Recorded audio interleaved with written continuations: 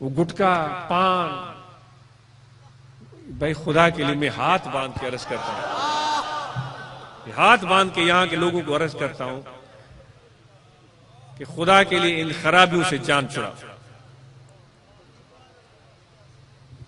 مجھے بہت دکھ ہوا، میں ابھی تک دکھی ہوں۔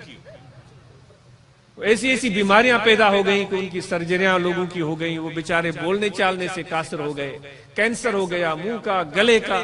یہ دنیا چیخ چیخ کہہ رہی ہے کہ بھئی یہ تباہی ہے، بربادی ہے۔ سالوں سے کہہ رہے ہیں کہ بھئی ذکر کریں، اچھی صحبت رکھیں، تبلیغ میں نکلیں، لیکن جوں تک نہیں رینگتی یہاں کے لوگوں پر۔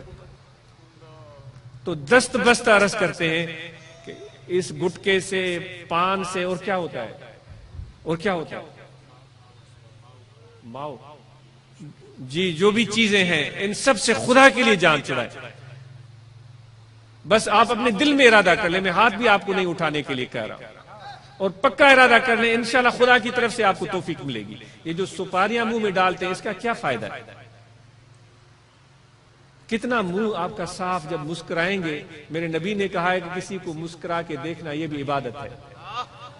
بھئی اس قابل تو ہم رہیں کہ کسی کو مسکرا کے تو دیکھ سکیں۔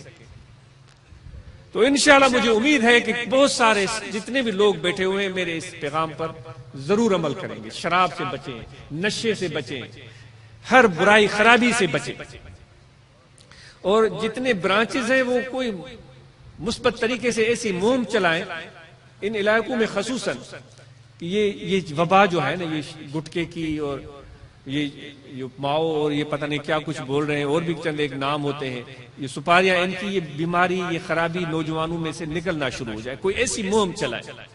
تبلیغ اور وفود کا کام یہ بھی ہے، پیار سے، محبت سے ان کو کسی بھی طریقے سے اس پر آمادہ کریں۔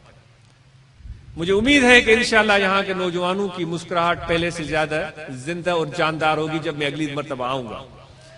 میں یہاں کے نوجوانوں سے ملنا چاہوں گا، بھائی ذرا آؤ مسکرا کے دکھاؤ کیا حال ہے۔ ایسے نہ ہو کہ منہ بند کیا ہوا ہے، کھول بھی نہیں رہا ہے کہ میں دانت دکھاؤں تو کیسے دکھاؤں۔